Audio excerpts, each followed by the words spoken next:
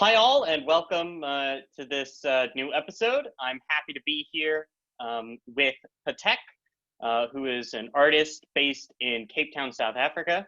And hi, welcome. Thanks for joining. Hi. Hello, Fred. How are you? I'm good. She does a lot of interesting Bitcoin based art, which I'm really excited to dive into, as well as some other aspects. And you can check out her website at petek.co.uk, and it will be linked as well below. And you can follow her at Twitter at RadarRain, which will also be linked below. But without further ado, because I really want to jump into this, and I'm really fascinated, I guess we should just start with a brief overview of yourself and of your art that you do, and maybe how you got started. Okay. Oh, thank you. What a great intro. Thanks, Fred. Well, I mean, I'm English. I had a quite a strong background in branding and producing shoots, things like that. I've always been in the creative industry. But I've also, it's funny, I've always known I'm going to paint one day and just do nothing else but paint. I somehow ended up in South Africa. I mean, I went here on holiday, and then this was like 7 years ago, I think. And on the fourth day, I felt like this is my home. And then I thought, well, that's weird. How can I feel at home in a place where I've never lived? So I was like, okay, I'm just going to observe that and just, enjoy my holiday.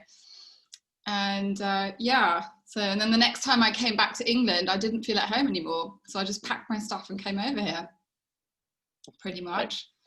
Well, as we were talking about beforehand, I can certainly understand that. I absolutely loved visiting. And Cape Town. So I'm in Cape Town, and Table Mountain. I mean, there is something magical about that mountain. There just is. And the landscape here. So you've got the mountain. It's a kilometre high. It's massive. Yeah. It's like a wall. Yeah. When you're in the city, you've been in Cape Town, haven't you? Yes. Yeah. So there's like places where you're in the city and you just look up and there's this wall of rock. Yeah. And I mean, I love rocks anyway. I mean, as you know, I like put rocks in my paintings. Yeah, right. Yeah. Right. Yeah. I haven't put Table Mountain in there yet, so I might do. Yeah, that's something you should look into. You should think about that. Yeah. So, and and how did I get painting? I used to do like art consulting, and some really wonderful hotel clients, like boutique hotel clients of mine. We'd done like 2 or 3 hotels of theirs, and then one day they needed some more artwork, and then I said, yeah, okay, I'll find a nice artist for you. And they said, no, Petek, we don't want, no, can't you just paint it? Like, me? Yes, you know us, you know exactly what will suit the hotel, you paint it. I was like, oh, all right then.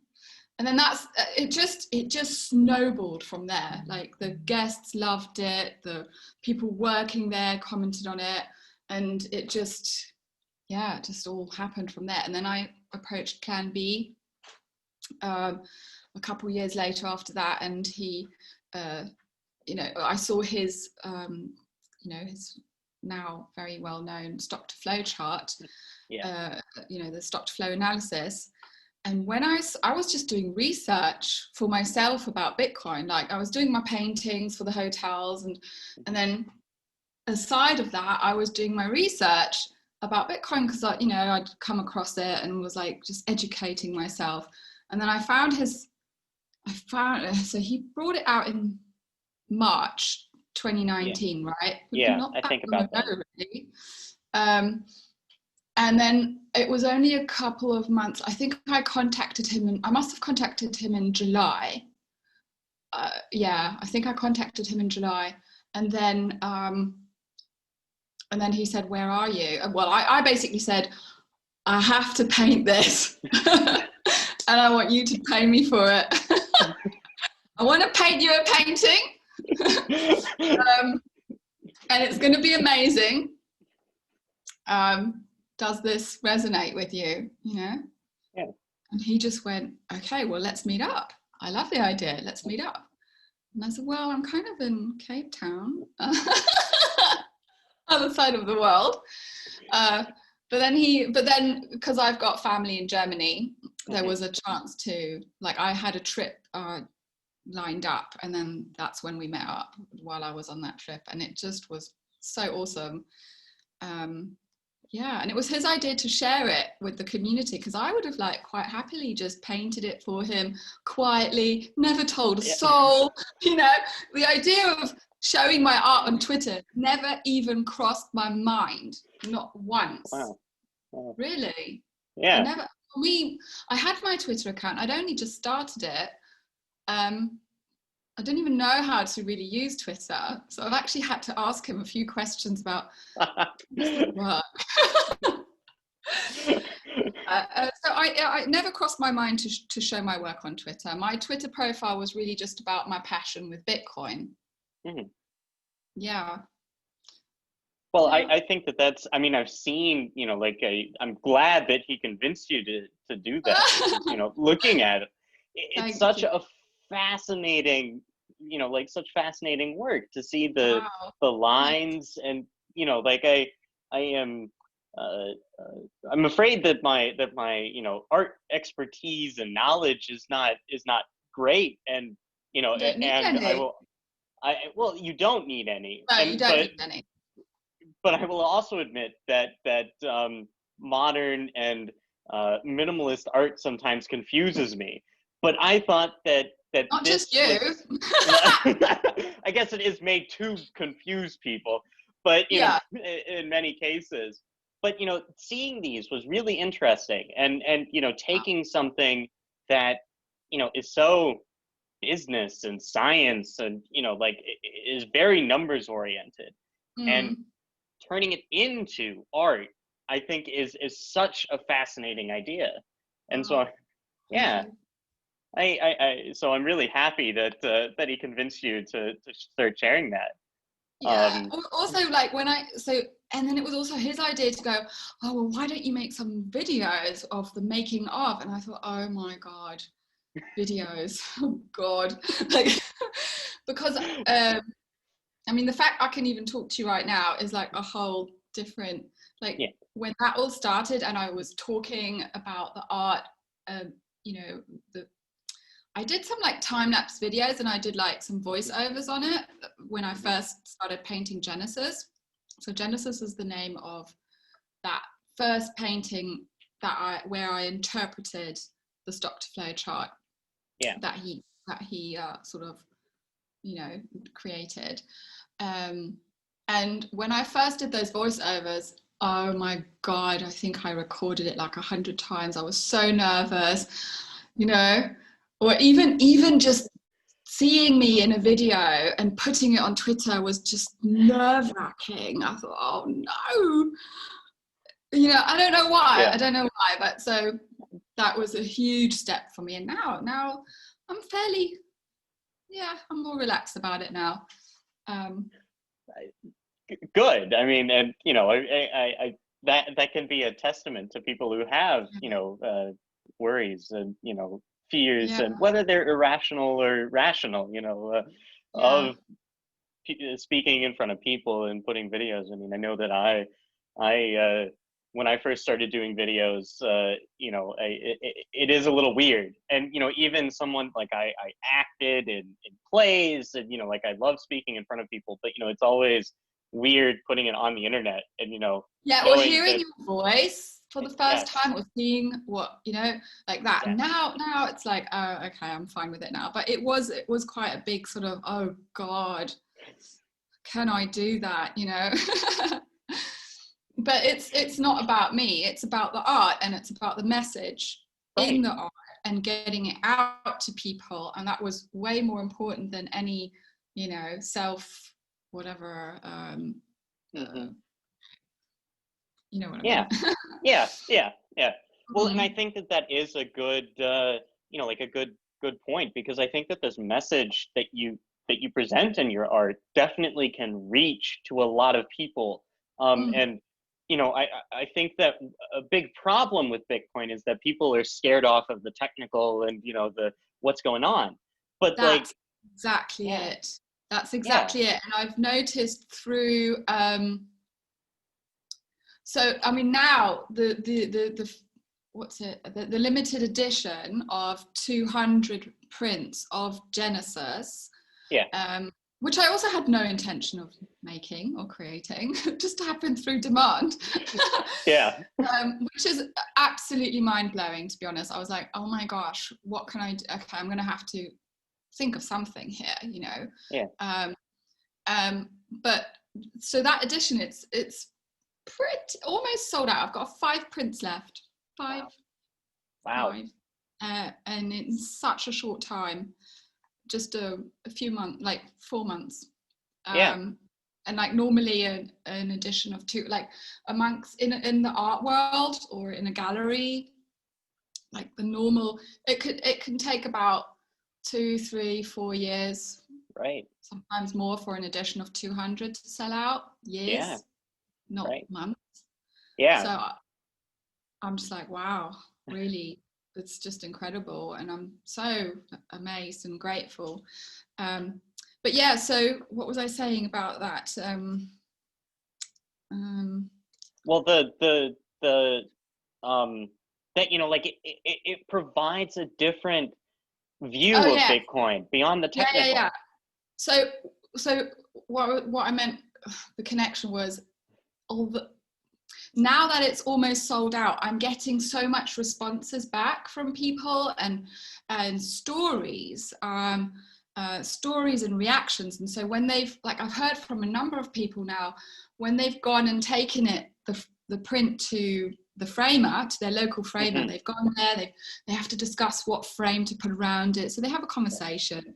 And then I've heard from a few people that the framers have like commented on it and gone, what is this? I mean, they're like, it's beautiful, but what the fuck is this? What is it? I mean, it's almost cryptic in its own way, I guess, Yeah. with all the different elements, Right. Right. crazy elements as they are. I mean, for the listeners who don't know, so there's data points that represent the gold and the silver and the diamond dust, for example, against which the stock to flow ratio of Bitcoin is being compared. And so I've got real gold leaf, 22 karat gold leaf, also on the limited edition prints. Wow. Wow. Hand done on each one, and I bloody took us forever, me and 2 assistants, and I really didn't think about that. That's a good point. But it had to be real gold. I actually inquired about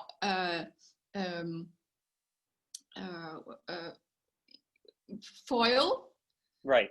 and nobody could do it at that size. And then I thought, yeah, but it's Bitcoiners, man. I mean, it has to be gold. It has to be, there's no compromise.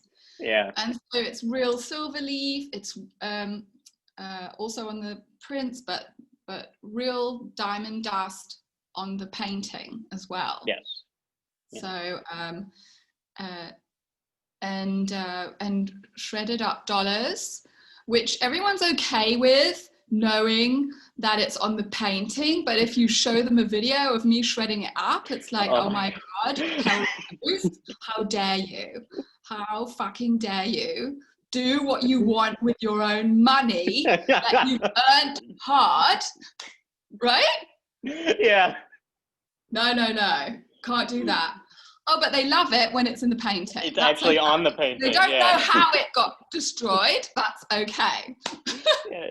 What's left to ignorance is bliss, like, as long as you don't know what happened. You're not going to butcher your own chicken, are you? When you have a roast dinner. Yeah, exactly. Like, that would be upsetting for many people nowadays. And for other people, it's like, well, if you don't want to kill the chicken, don't eat it. Yeah. Yeah. Bitcoin, chicken, you know, all right. Don't know how we got there, but That's the wonderful thing about these conversations. They can go, yeah, all kinds of places. totally. Anyway, so there's all these, and there's meteorites, there's real meteorites, because the data dots look like craters, because I made the background of the painting look like the surface of the moon. Right. And that is something that I want to touch on later, because I saw that the moon is also something that you love, and that you paint and use moon dust and stuff like that. And so I do want to touch on that at some point. Yeah, thanks. So so because of all these crazy elements, it looks like a bit cryptic, and even someone who doesn't understand, like the framers, right, or any noobs, or any like family members who then, or friends and family who come around to someone's house and they see it on the wall, when it sparks a conversation, even if they don't know a thing about Bitcoin. Pardon me. It's like I've had people come in to the studio and look at Genesis and the fourth turning, the second painting, which is also an interpretation, a completely different color scheme, but an interpretation of the stock to flow chart. Okay. Those people have come in, they don't know a thing about Bitcoin, but I tell you what, when I ask them, they stand there and they go quiet. They just go quiet. Or they go up really close and they start looking at it and they go, and it's like, and then they step back and they look at it in its entirety, and it's something's happening. Yeah. Something's happening energetically. They are really touched by the painting. I mean, I had one person looked at it and just burst out in tears, and I was totally perplexed by that. But she said that she was really, really touched by it, like it almost struck a chord in her. But it wasn't like sadness, it was just like appreciation and resonance of some sort, resonating at the core, like it was giving her a truth of some sort. And Genesis is that serene, calm, hey, there's a truth in Bitcoin that is undeniable, and that painting brings it across in a really calm and serene way. And then the second painting, people react differently and they go, wow, this painting, it just fires me up. It tells me to go and do something. I'm like, yeah, go buy Bitcoin. Yeah, that's what it's telling you to do. Go and inform yourself about what is money. What's the difference between fiat money, fiat shitcoins, and Bitcoins? Right. So go and educate yourself out of this lie that we've been buying. So people who don't understand Bitcoin totally get the energy of the paintings, and because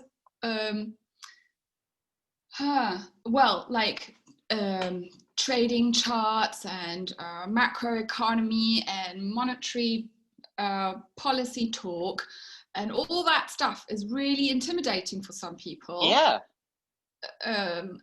And then when they see art, which carries the same message energetically, they're like, it's like a trigger. It's a trigger via art, via something more accessible that says, hey, you don't need to be an economist to understand this, or a trader. So it inspires them to go and read up about it. And I've heard so many stories. It's really, so it's almost like these prints, even though it's Bitcoiners who are buying them, and actually a lot of them are like full on hardcore maxis, which I love their mentality. My God, are those special people, really amazing people. yeah, like I'm really touched by them. I really am. And then, Yeah. but even though they are the ones buying the print, their friends are seeing it, and it's like it's having this ripple effect culturally. Yeah. Yeah. In whatever Well, way is possible. and Yeah. I think that that's really important. You know, I wrote an article a few months ago about, you know, why haven't we seen more mass adoption, more people Yeah. who don't understand Yeah. Bitcoin, and Yeah. the decision, the thesis that I came to, the hypothesis that I came to was that, you know, unfortunately, the Bitcoin community, because it loves that technical side so much, it's hard to, you know, convince Yeah. other people. It's hard to sell it to them. It's hard to get them Yeah. to realize, you know, well, that So there what have are, you know, you these. found? What have you found is like, because I think if you've been in the space a little while, you've tried every which way to make your newbie and your family friends like get it, right? And I, you know, I don't, I will admit I'm not the biggest Bitcoiner, even though I've been in the space for a long time and I Mm-hmm. absolutely see its benefits. I'm not one of those maxis, you know, Yeah. I'm not. Um, but I have found that just talking about, you know, trying to break it down into a way to, you know, just to kind of understand it, because I don't even get half of the technical stuff. And, you know, I understand the economics Yeah. behind it, you know, Yeah. Me from, too. I'm more into the macroeconomics and right. also the Yes. cultural long-term effects, Yes. and also that Bitcoin is a better form of money, or at the very least store of value in terms of Hmm. energy. It actually just represents energy. Right. Well, money essentially just represents energy. Yeah. Uh, Yeah. yeah. But to explain it to people, I used to say, they used to ask me all sorts of things, you know, and it's always about the number and what do you think it's going to be worth. Oh, but there was this Hmm. terrible crash and this all everyone went crazy, and then it's so volatile, and I'm like, oh god, all right, I have to no. Now I don't even go there. Right. And all I do is I explain purchasing power, Hmm. Hmm. loss of Hmm. purchasing power with fiat money. Right. I Right. explain them that, and sometimes I'll even visualize it. I'll do, let's say, if you look at I mean, here it's South African rand. Everyone here is very aware, has always been aware that the South African rand, um, it can fluctuate a lot, and it is Right. losing purchasing power Yes. when South Africans go abroad on holiday. Their holidays are just getting more and more expensive, And it's getting more cheaper for us to come yeah, holiday yeah, in South yeah. Africa. Yeah. Yeah, no, Yeah. I've sat in restaurants where there's next to me there's a whole table of Europeans, and they get the bill and they literally can't believe their luck. They're all Yeah. laughing and they're like, "Oh my god, is that really all it's costing for five Right. people, three Right. courses, and you know, like so cheap?" But um, yeah, for South Africans, they're very aware of the loss of purchasing power their rand has when they go abroad, and also even to a degree inflation or Hmm. hyperinflation. Maybe Hmm. not hyperinflation, but you can see it happening Right. in different industries, especially now since COVID. I've my Mm. uh, um, materials for painting, because a lot of them are imported, some of them literally within 2 or 3 weeks, the price went up by anything between 30 to 50%, sometimes even 100%, sometimes even 100% hike. That's It's crazy. nuts. It's Yeah. nuts. So I mean, I listened to some other podcasts. God, if only I could remember. There was this really cool podcast of these two guys, actually South Africans, and it was a Stefan Rivera podcast. Hmm. Phil, and I can't remember their names, but they talked about how hyperinflation actually starts. And it doesn't just happen overnight. It starts in certain industries. Right. It creeps in here and there, and some industries are not affected yet. That kind of thing. So they studied what happened in Zimbabwe, but they also studied what happened in other countries. And people think, oh, hyperinflation only happens to third world countries. It's not true. Like even Germany had hyperinflation. Germany, Argentina Yeah. is a great example of that, with hyperinflation that they've been experiencing, in the past, and it's not looking too good now either. They're not a third world country at all. Yeah. Or the collapse of the average lifespan of any fiat currency is like on average 27 years or something like that. Yeah.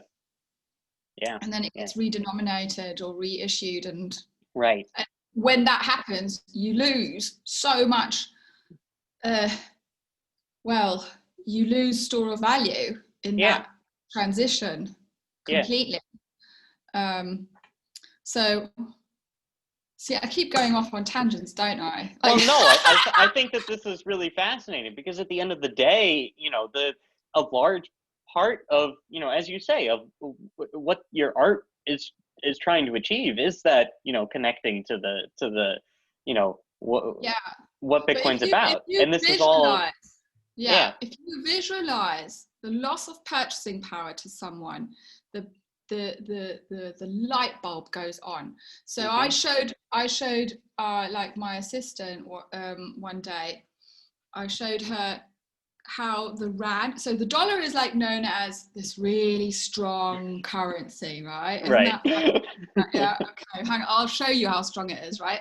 So there's this really strong this world reserve currency, the US dollar, and the rand, like against the US dollar, just goes over the course of 10 years, it goes like this, like what is it, like parabolically or exponentially down, and it bottoms out against it. Now take the dollar to Bitcoin, and who bottoms out there, right? Right. And so I just gave her these two screenshots, and it clicks. It clicks.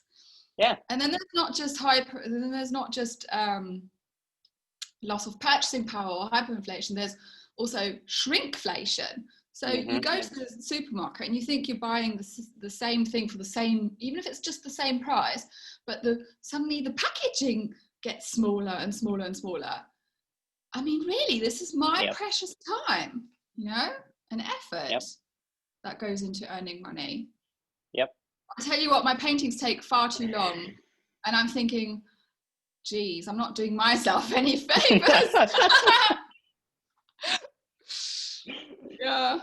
Well, and then a little bit of promotion in here, and that's where you get the sell your paintings for Bitcoin, and Yes. I mean, I have been some part. Well, not my paintings, but the prints. I have been using Blockonomics. Yeah. But because I mean, the experience has been really great, I must say. Okay. Like, good. When I send people the link, if they do have an option, because you guys aren't fully integrated on Wix yet, which I'm just like, I've emailed Wix. I've said, guys, get with it. You're behind the times. We would love to be on Wix. We would.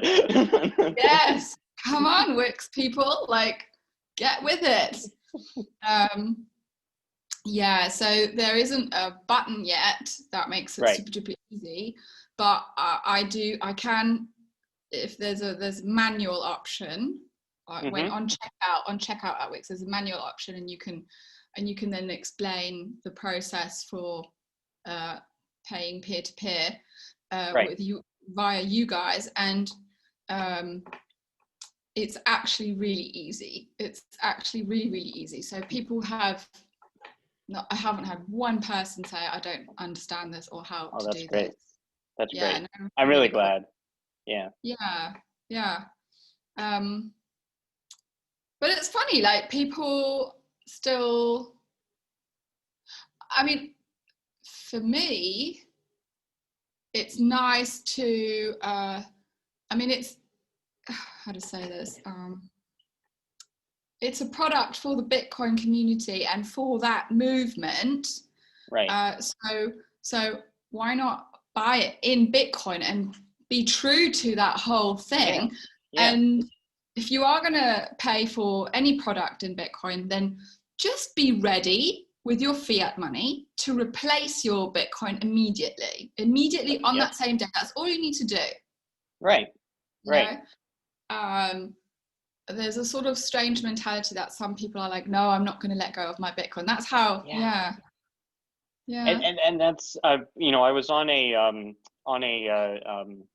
like a talk show kind of thing with Bitcoin Magazine a few weeks ago, and that was, you know, I was the only person there really who, you know, there was one guy who does that spend and replace, but you know, all of the other guests were very much hold on to it. You know, this is digital gold. It's, you know, not about the spending. It's about holding on to it. And you know, it does, you know, I don't know, part of me thinks, you know, like the point about Bitcoin is the spending. You know, it's not just about the holding and, you know, increasing your assets. It's about, you know, this new digital part of the digital revolution of, you know, it's changing how we think about currency. You know, it's not changing how we think about, you know, stocks and bonds and gold and stuff. You know, that's always gonna, that's not necessarily, I mean, it can be if part you're of willing it, but to spend money on something, it shouldn't matter if you're gonna spend it in I mean, I guess for some it might be a taxation thingy, I'm not sure. Well, and that is a big issue, but you know. Depending on your jurisdiction, like the country you're in. But if you've got fiat money to replace it immediately, I mean, really, I would rather pay something in Bitcoin than pay PayPal a whopping fee on top, quite frankly, for my bank. I don't want to pay my bank a massive fee. So if I can do it for a couple of dollars, if I'm doing like a big purchase, oh my God, I wouldn't even think twice. So I think it's just a mindset thing, or maybe a convenience thing. I don't know. You know, and it's you know, and I think that, you know, going back to that discussion about the inflation and so on, I do think that, you know, it's funny because most of the people who are holding Bitcoin are in the US and Europe. And I think that taxation might have something to do with it. But the people who are using Bitcoin are often in other countries. You know, Venezuela is a big Bitcoin user, and Zimbabwe, you know, because of their hyperinflation issues. But then there are others. Where have you got the most usage, you guys? Well, and so our usage, most of it is in, like, most of our customers are based in Europe. But then we do have a large portion, for example, Cuba. Cuba is an interesting example where we actually have a number of users from Cuba and trying to get around, you know, the U.S. Embargoes, and that Bitcoin allows them to do that they can do more international trading through Bitcoin. And it, you know, that is one of the areas that really fascinates me with post-colonialism and Bitcoin, and that, you know, you can bypass these Western institutions that you know, have harmed a lot of countries. That, you know, the embargoes on Cuba, the inflation in Venezuela from their own government, but, you know, started with you know, interventions from the U.S. and things like that. You know, and it's this bypassing of these institutions that I think is really fascinating. Yeah. And as you say, you know, it's like, I mean, if I get a chance to boycott PayPal or bank fees, absolutely. Exactly. Oh, exactly. And I've got customers who want to pay in Bitcoin because that's the ethos of what we're doing. That's the ethos of the space we're in. And for them, it's like, of course, like they wouldn't even, you know, think of the alternative. But you know, I mean, everyone's different, you know. Whoops, sorry, I just dropped it in there. But yeah, everyone's different, and yeah. but I think it is, it is we got to get more people spending that Bitcoin, using it in their daily transactions, and I think that's good. Using it, Yeah. and getting. I think it's also like about getting familiar with. Yes. I think it's exciting to make Bitcoin payments.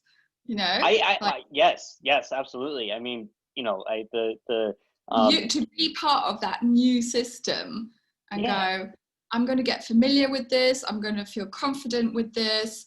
And being in on the ground floor.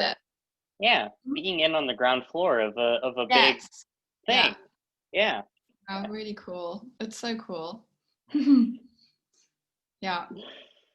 And so I get to slightly change the subject because I do really want to get into this about the moon. I want to hear about your what interests you about the moon, and I think that's so cool that you include like moon dust in some of your works, and Well, I didn't even know if it was possible to get hold of the moon. I had no idea.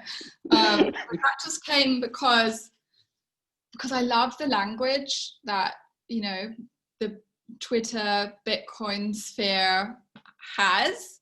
The memes and the lingo and to the moon, when moon, and I mean all those. I just love it. There's like such sort of fun language, really fun and playful language, and I love the like incorrect grammar and all that stuff. So when moon, and I was like, how do I make this painting, instead of just painting it for what it is, and it's still an abstract painting, but how do I interpret it with my style, and how do I do that true to what Bitcoin is and energetically represents. And then I was like, I'd love to put meteorites on there. I'd love to make it look like the landscape. I already knew I wanted to make the landscape look like the moon. Like I was even researching the color, that champagne color, and the shape of craters, because the data dots are the craters. They lend themselves perfectly for that. And then I thought, well, when a meteorite hits a crater, there's all these, that's all this debris that comes around. And wouldn't it be cool to put real meteorite on the painting around those craters? So plan B was like, yeah, you can get a real meteorite. Yeah, why not? And then he was like, maybe you can even get real moon. Like we were talking about it in our meeting. What about real moon rock? And I was like, I could contact NASA, right? But what are the chances of getting it off of them? They only give it to universities and stuff. Right. For experiments and laboratory analysis. And then there was this geologist. I mean, there was a couple of geologists that you can buy moon rock from, but I've had to like buy a stash in advance, because I mean that too. I think his prices went up 3 or 5-fold. I can't remember now. But it's really scarce because what happens is it's a lunar meteorite. So a meteorite, a different meteorite hits the moon. There's debris. It over. There's debris, like big, massive chunks, and then that one of those chunks has to fly in the direction of the Earth. Go in and exactly at the right angle. Not land in the ocean. Land somewhere where someone can actually find it. And then, but it's easy to analyze. So most meteorites are found in deserts. Because they're more distinguishable from the rest of the ground. And then they send it to university labs for analysis, and you can actually determine very, very easily whether something is moon rock or not, because it's got a very unique setup or proportions or whatever ingredients. Right. So that, I mean, all those things have to first line up before you can get a lunar meteorite. Yeah. But I didn't even know. I didn't even think of that. And it was like, wow, yes, I can paint with the moon. So it was actually, it was even very, when I first received the little pieces of moon, I must say it, I was shaking. I was shaking because I felt like, oh, you've come a long way to land on my painting, you know? Yeah. How cool is that? I think it's quite an honor. If the moon rock could talk, it would, Such it would be cool. honor. Yeah. So there's quite a few, there's like 12 paintings. There's going to be 12 paintings of this Dr. Flow chart. But I've also had, they're all different interpretations, and they're all about a different rabbit hole that's attached to Bitcoin. So the next one, it's actually, the second painting is finished. Oh, I didn't even tell you. We had a Genesis send-off party last week. Yes. Did you see it on my Twitter? I didn't see it on your Twitter. I remember you mentioning it. Yes. Yeah, and Plan B was with us on Zoom with the owner of the fourth turning and the owner of the third painting that is next up, that I'm going to start soon. And I think, when is this coming out? When are you going to release this? I don't have an exact date yet. Okay. Unfortunately. Okay. I guess I'm just going to use this as my, like, you give me a deadline, and then I'll some. Going to give some insider info on the third painting. So the third painting, I love this idea. It's such a cool idea. And this came from the owner, right? The guy who commissioned me for this third painting. And he said, I'd like this. This sort of happened organically over time. So while I was painting also the fourth turning, he's like, think like ideas have been simmering. We already discussed what his painting is going to be, like in general direction. Like we've got two titles, and one of them is The Dawn of Freedom, and the other title is the Bitcoin Renaissance. And we're going to put every aspect of that painting to the vote. Oh, interesting. Yeah, and nerve-wracking. But the idea being, let's open source the creation of this painting. Let's let the community decide. Yeah, that is really cool. And it just excites me so much, but it also, like, I mean, I'm also like, oh my God, what's this going to look like? What have I gotten myself into? What have I gotten myself into? Totally. But it just lights me up that that idea only came much later. So he was actually a bit upset that he wasn't the second, person after Genesis. And then I said the other day, I said, well, do you now see how being not second has actually turned this into something good ideas else? This would have never happened had I, fourth turning is what it's supposed to. Fourth turning stands for itself. It's a very, very vibrant, punchy, very powerful painting. Has a completely different energy than Genesis. And the fourth turning is about that book.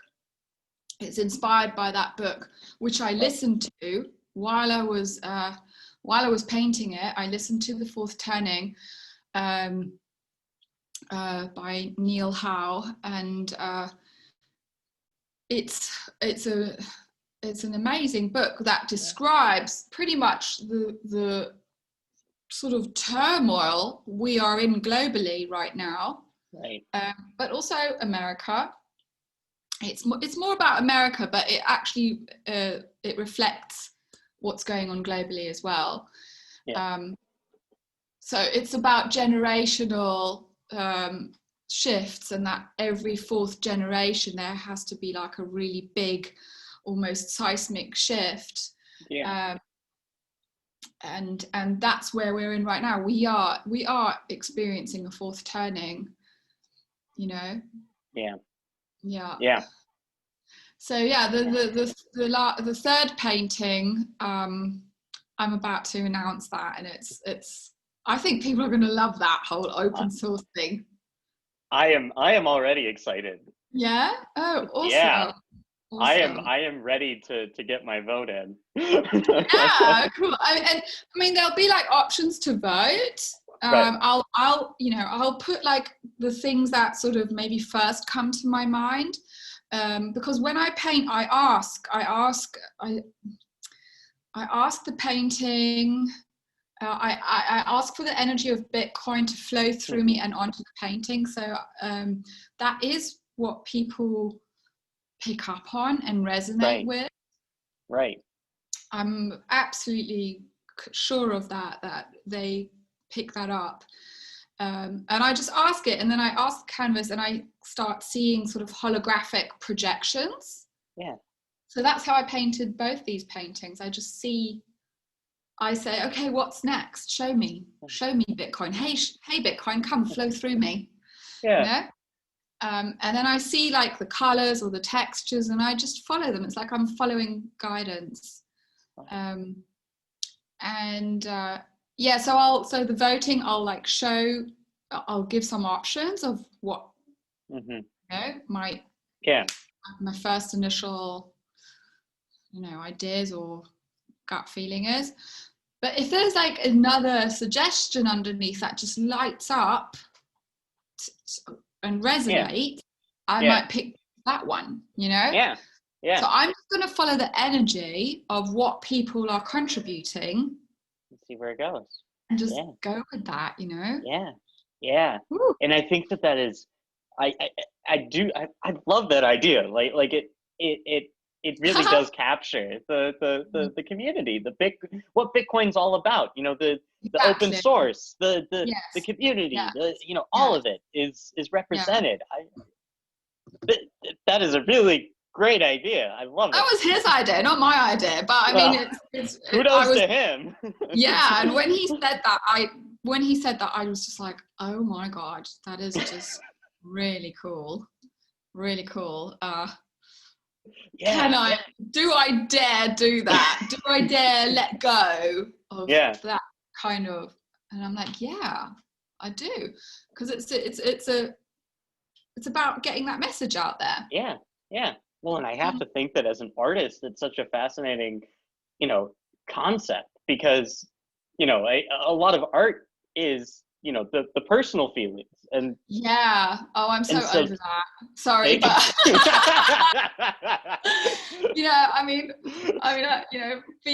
having a background in the creative industry and also the art world, the amount of art. I mean, and if that's what works for the artists, great. But the amount of art that is about, oh, this is my childhood and my psyche on a canvas kind of thing. I'm like, oh God, I don't want I don't know. I don't want to hang a painting in my room that's about someone else. Yeah, fair enough. Yeah.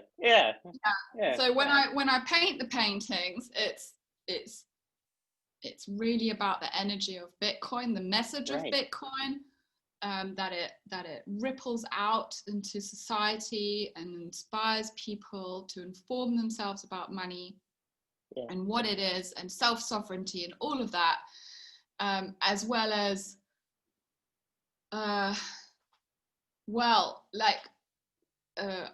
Genesis. I listened to a lot of podcasts from Plan B. So his energy is also in there, and the the rabbit hole that fascinates him is maths and algorithms and things like that. So yeah, which is also in there, like the amount of meteorites. The amount of meteorites it represents. So it's 56 grams of meteorites is the the current stock to flow rate, and things like that. So the amount of things is tied to the maths, you know. Yeah. Or with the fourth turning, there's going to be 144 prints, which is the number of blocks per day. Yeah. Like that. So I really like tying the numbers, the maths. I like tying the energy of Bitcoin into it. It's actually not. It's not about me. Yeah. It's about Bitcoin and society. Right. Well, and so tying that in with the let the community give ideas, let the community decide. Like let them contribute, let them all contribute, because I love the Bitcoin community on Twitter. I absolutely love it, trolls and all. I think they're all awesome. Trolls, warts and all. Except when there's a price dip. When there's a price dip, then everybody runs around like a chicken with their heads. Well, I think those are great. I think it's fantastic, because that's when I wish I had more fiat, you know. I'm like, please. Like, I don't want Bitcoin to go up quite so fast, so that, you know, friends and family still have a chance, really. Right. You know, what's the point of saying buy, you know, 0.00001 Bitcoin? You know, it's you know, that's what I always, you know, when I started at this position at Blockonomics, I was still in college, and so it was a summer job, and oh, wow. I would joke, you know, I paid in Bitcoin. You know, the position is paid entirely in Bitcoin. So awesome. Which is really cool. Yes, it's part of the ethos. That's what it should be. Yeah. And I mean, it was fun because I first joined in 2017, and so I was there. I started at the beginning of the summer, and seeing it go up and up and up and up and up was, you know, seeing my, you know, $500 every month turn into, you know, $3,000 overnight was amazing, really cool. But it's always funny because I would say, you know, oh, I've got like 0.8 of a Bitcoin or whatever. You know, I don't have, you know, 2 Bitcoin. I don't have 5 Bitcoin. You know, it's 0.8, 0.7, whatever. You know, which I think was always really funny. I'm finally reached the 1 Bitcoin since I've been back here over the. So that's a real milestone. Yeah. But it's, you know, it is kind of funny to say, you know, the 0.8, point whatever. But then once it gets too high, there is going to be a time when we're not even when people are going to benchmark in sats. Right. You know, they are going to benchmark in sats. So there will be a time when we can really think in sats. Like, it doesn't matter. I mean, you know, I was listening to Michael Saylor, who says, oh, it doesn't have to be a unit of monetary exchange. It just needs to be a good store of value, which it already is. And he's right about that. I don't know if it's ever going to be a proper unit of monetary exchange, like the way you buy coffee. Yeah. I think it would be cool. I think it would be really cool if it did. But there will be a time when we'll know, when it will level out. It will level out after price discovery, and you'll think in sats, really, like everyone will. Yeah. Well, that's anyway my dream scenario.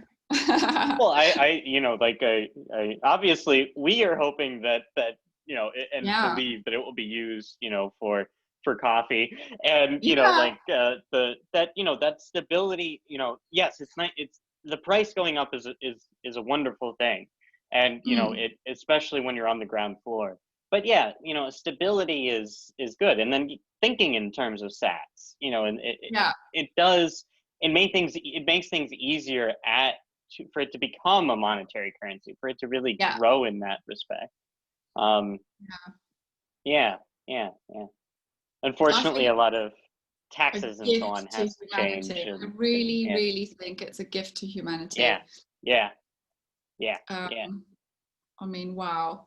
And I was like thinking the other day, like money, I mean, I think about this a lot actually, but money doesn't have to be,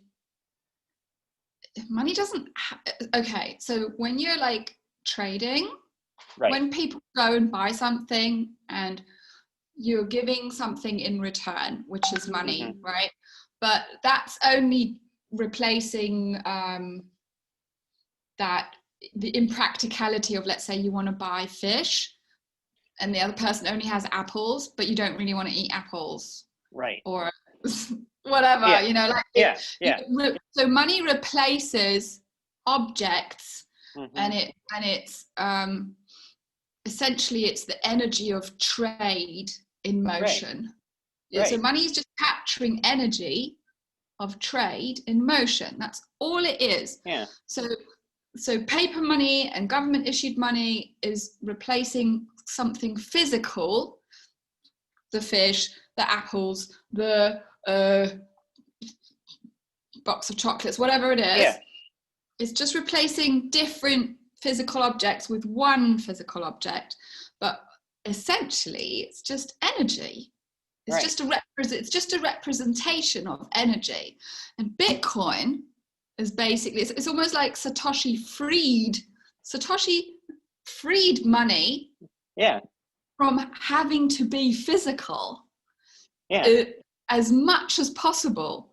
So the least physical representation money can be in this world we live in, where we're exchanging it's an instant gifting and receiving, right? So buying something, you're gifting and receiving instantly. So for both person, it's a gift and a right. You know what I mean? Yeah, I'm getting it. I'm getting it now. But so it's like he freed money from its physicality into algorithm and code, like hard code. So what I'm saying is money doesn't have to be physical, and Bitcoin is the best representation that takes as much physicality away from it as possible. Right. And it reduces it down to code and energy. That's all it is. Yeah. And Michael Saylor, I mean, I've listened to the way he talks about Bitcoin. He's one of the few sort of OGs who talks about Bitcoin in energetic terms. And he talks about money and Bitcoin in terms of energy. And he actually gets it, that it's just, that money is just energy. So, yeah. That fascinates me. That just totally fascinates me. Yeah. Yeah. It definitely is an interesting way to you don't necessarily pick that up in microeconomics or in microeconomics 101, but it really does boil down to it, that it is that energy. It is that the energy of trading. Well, I mean, it's time and effort. Right. Are turned into a store of value and represented through money.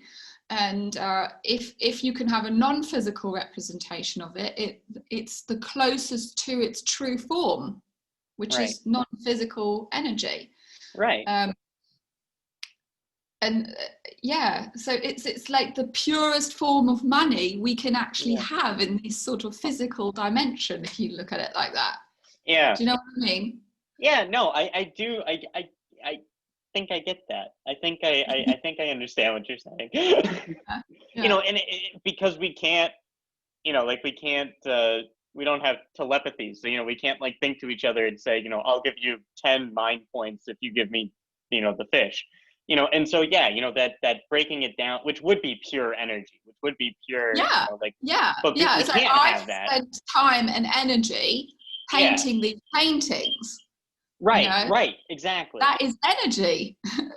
And saying, like getting that energy and saying, yes, to the other person, this energy, that I have put that time and effort and this energy into it, I'm giving you this energy for you to give me that fish. You can't do that. And so yeah.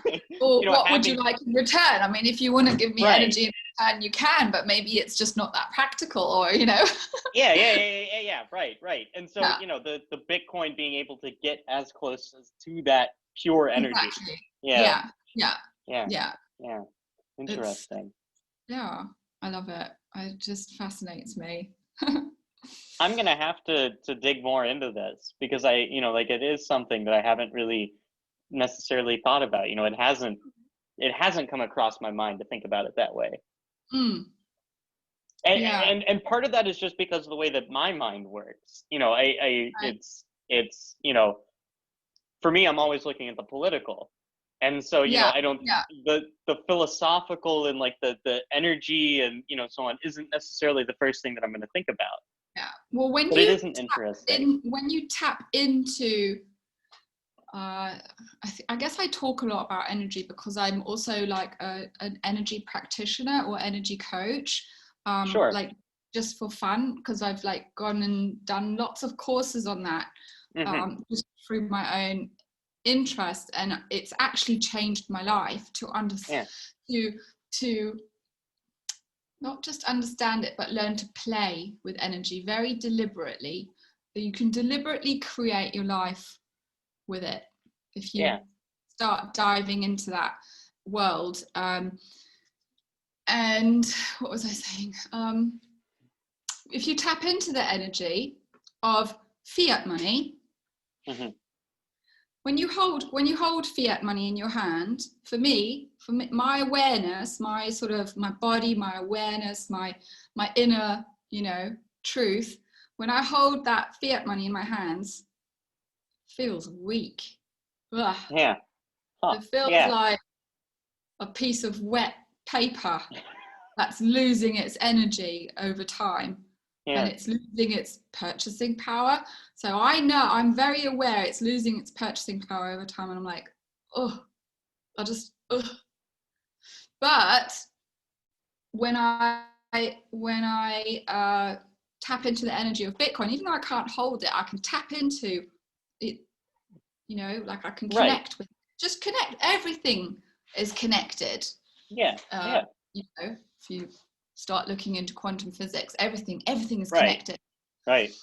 And it's, it's also instantly connected. And when you look into the energy of, when you tap into it and you just sort of perceive it and receive it, and you look into it, then it feels powerful. It feels pure. It feels untouched by human manipulation, because it's code, right, because it's an algorithm and it's just running. And instead of humans controlling like the stock market and the monetary policies of a country with their own private agendas, whether they're big or small, to inflate their asset prices or whatever, when they do that, human behavior, how to say, the stock market is manipulated, and it influences human behavior in an unnatural way, or the markets in an unnatural way. Whereas if you look at the energy of Bitcoin just does its thing. It's just on a trajectory, and human behavior can't manipulate Bitcoin. It has to work itself around Bitcoin. It's different. You see what I mean? So there's a different dynamic there, rather than it's a more natural dynamic. People in the markets have to naturally they will behave more naturally around Bitcoin, and the price of Bitcoin and the behavior of it with the halvings and all that, than the stock market or what the Fed does with QE and things like that. Yeah. Mm. Yeah. I think I'm starting to break through here. I think I'm starting to get that idea, because it for me it's a totally different way of thinking about things. It's a code, and it's a form of money around which humans need to adapt, and not the other way around. So the other way around, money is being forced into something that it isn't naturally, by a very few number of humans who have this agenda. But with Bitcoin, it's exactly the opposite. Yeah, and because of its formation, because of how it's made, because of how it works, it can't be influenced. It can be influenced, but it can't be. One person can't influence it. It takes the community. Yeah. So it's collectively. It's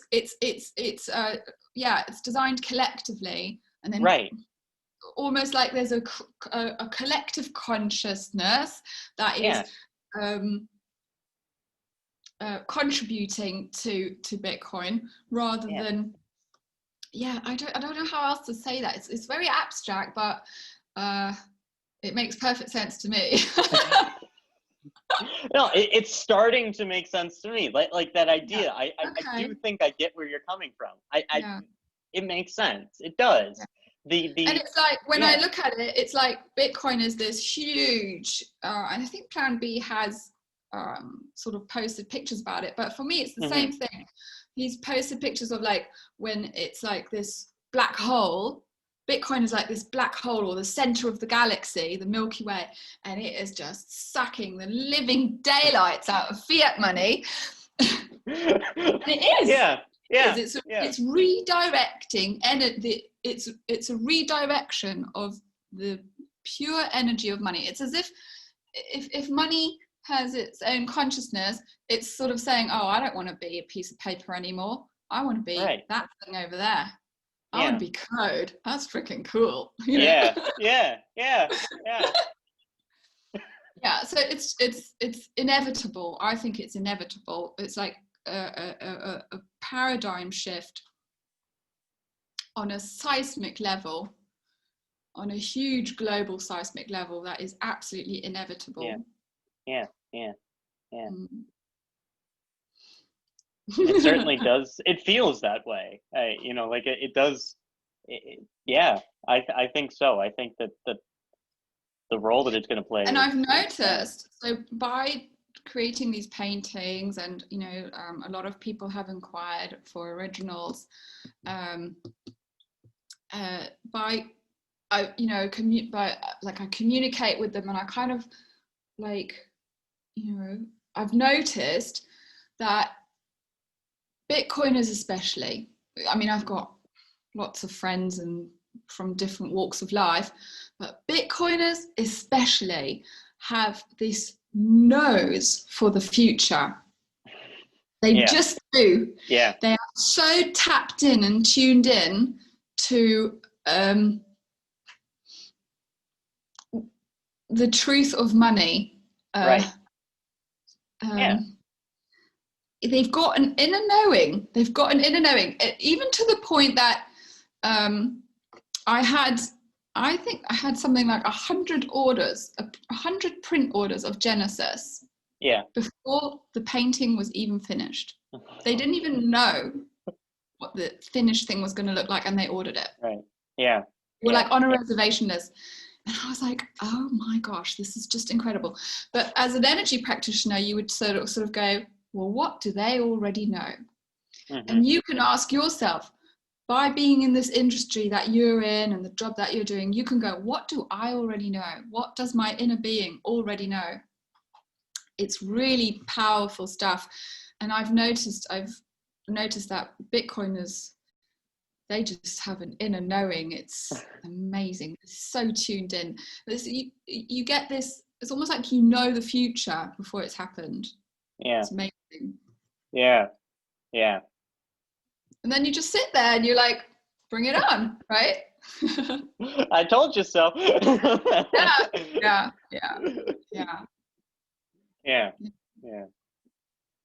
Yeah. That is really, yeah. We're going very deep now. We've gone very deep. We are. You can come back to the surface. It's all right. You can come up and get some air. We might need to. I find this often happens though. Like every time, the last, the one that I did, the podcast episode that I did a few weeks ago, it was about like quantum computing and Bitcoin and oh my word, stuff like that. And that was, that also, getting into AI and all of it was, I keep on getting my mind blown in these podcasts and these videos. I just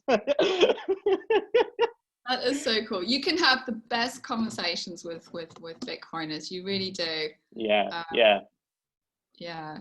Well, So, I think it's about, Bitcoiners aren't always coming from the same, position. Like we're talking about art in this one, art in Bitcoin. Yeah. We're talking about, we were talking about the other one, quantum computing in Bitcoin, talking about politics in Bitcoin, talking about, you can combine it. People approach Bitcoin from all kinds of different ways. And I think that's what's fascinating.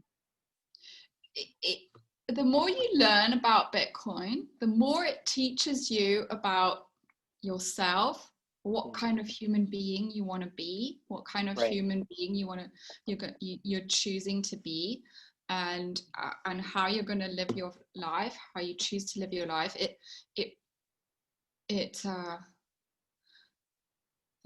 There's really meaningful lessons attached to the more you educate yourself about Bitcoin. So it teaches you, how much do I trust myself? And I mean, you can choose, okay, what, and then that's a progression, isn't it? Like you can go down, I mean, not everyone's gonna choose to be their own banker, people who don't feel comfortable with technology.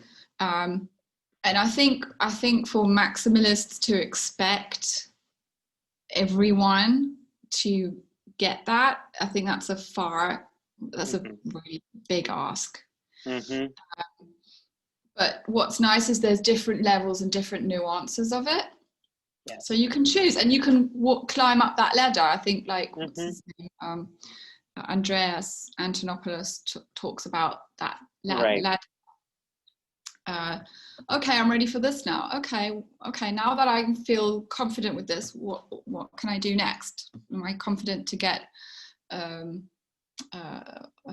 full node, what, so things like that. So it teaches you trust, it teaches you a lot of, I mean, I can't list them all in now, but like Bitcoin's always in the present moment. Like Bitcoin itself is always in the present moment, whereas fiat money is stuck in the fucking past. Right. Yeah. Things like that. And cultural values. People are gonna think. They're going to learn to think about money and about self-sovereignty, and then you just question things and you like, okay, well, how do I want to live my life? It's a choice. Yeah, it really is. And I think it is part of that. There is change in the world, and Bitcoin is right there at the forefront. And money doesn't teach you those kind of things. Exactly. No, we have to change, and that's the point. That Bitcoin helps facilitate that change. As part of that change, helps us think about how we operate day to day and as a society. Yeah. I Yeah. think it's hugely inspiring.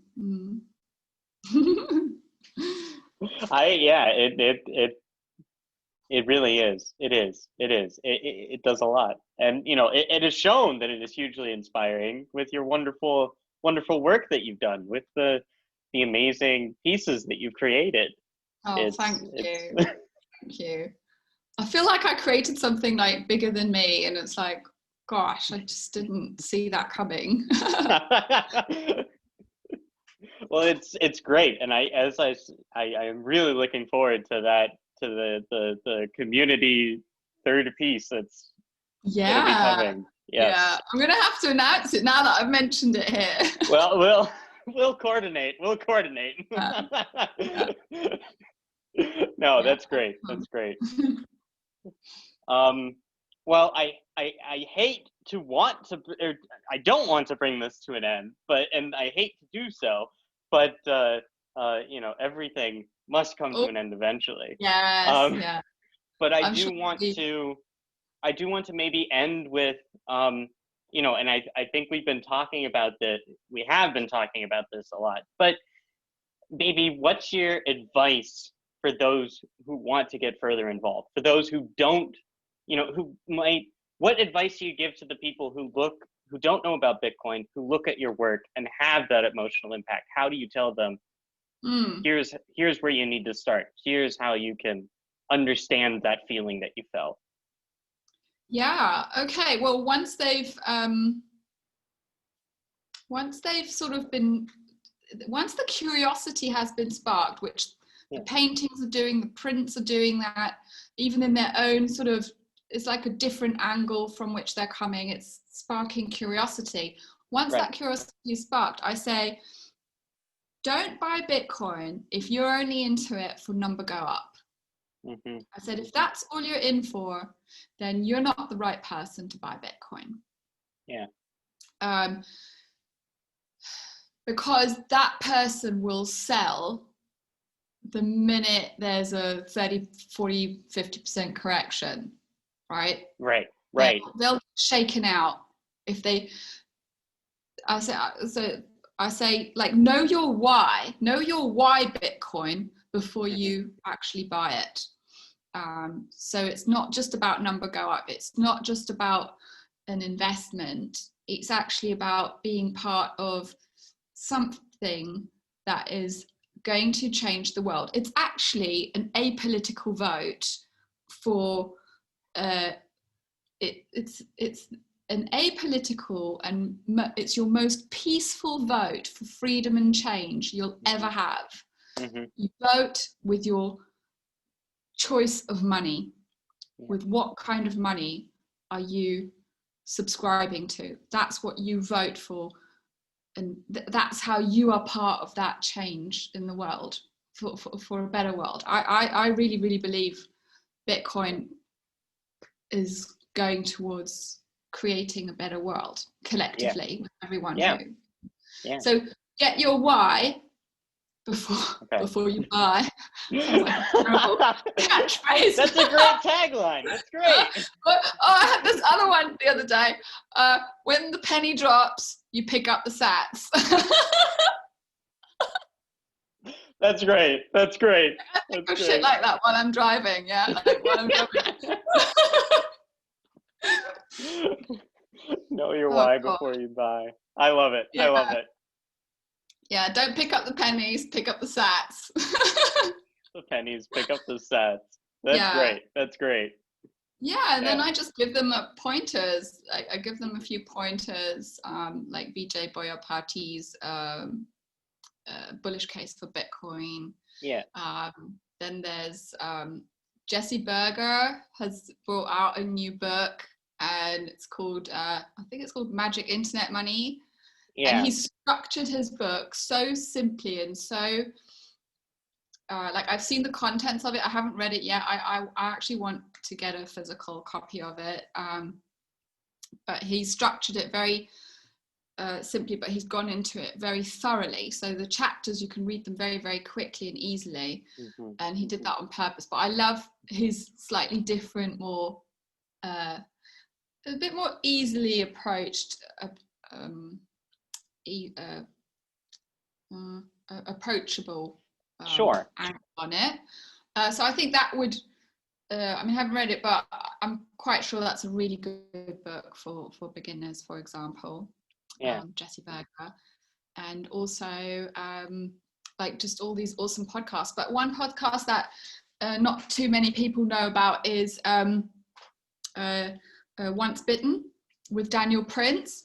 Yes. And he also invited me onto his podcast. I was like also one of the early ones on his podcast, and he's like got all these big OGs now coming onto his podcast, and I was like, oh my god, wow. And what's so awesome with Dan's podcast is that he's got his little daughter. His kids ask the very first 2 or 3 questions to every guest. That's great. It breaks the ice.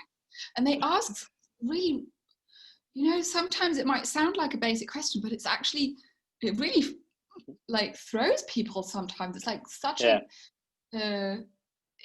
it's sometimes it's the simple questions that can be the hardest to answer. Right. And I always love listening to the questions of his kids. Like they're amazing. And they've got wonderful awareness. Yeah. That's good. Yeah, that's important. Yeah. Get the kids aware. Make sure that they're educated and yeah. That's great. I'll have to check it out. Yeah. Cool. Yeah. Okay. Well, we've had a really amazing talk. I have enjoyed every second of it. Awesome. Me too, it has Fred. been a lot of fun, and thank you, Petek. And thank you. Again, and I wanted to also just say thanks to everyone who's bought a copy of my print. I mean, I'm so touched and I'm just amazed at how people are reacting, and I'm just happy that it's adding to their lives, and giving them continued inspiration. But thanks to everybody out there, really, really big thanks. Like the community is amazing, it really is. The community is really amazing. Yeah. It is. And I recommend to all of our listeners to go to your website, petek.co.uk, and check you out on Twitter at Radar Rain. Thank you. Also our listeners to, of course, come to our website. There's only 5 prints left, but there are actually, I've got reservations for the next one already, but I'm working on other ideas like smaller artwork that's affordable. I'm going to spend the Christmas holidays doing things like that. Well, I will keep an eye on that. Cool. I might be looking to pick up something like that. Yeah. Thank you. And I do recommend Blockonomics. I really do. I think what you guys are doing is so cool, and Wix should get with it. You hear us, Wix? You hear us? Yeah. No, they're awesome. I love. I mean, my website and the shop on Wix is so. It's awesome. It's an awesome interface. Really is. Yeah. Well, I'm glad that. I'm glad that you're enjoying that, and I'm glad that you find Blockonomics works well. That always makes us feel really good. Thank you. Yeah. Cool. Great. Well, to our listeners, I will say goodbye, and thank you for listening. Thank you. Thanks for having me.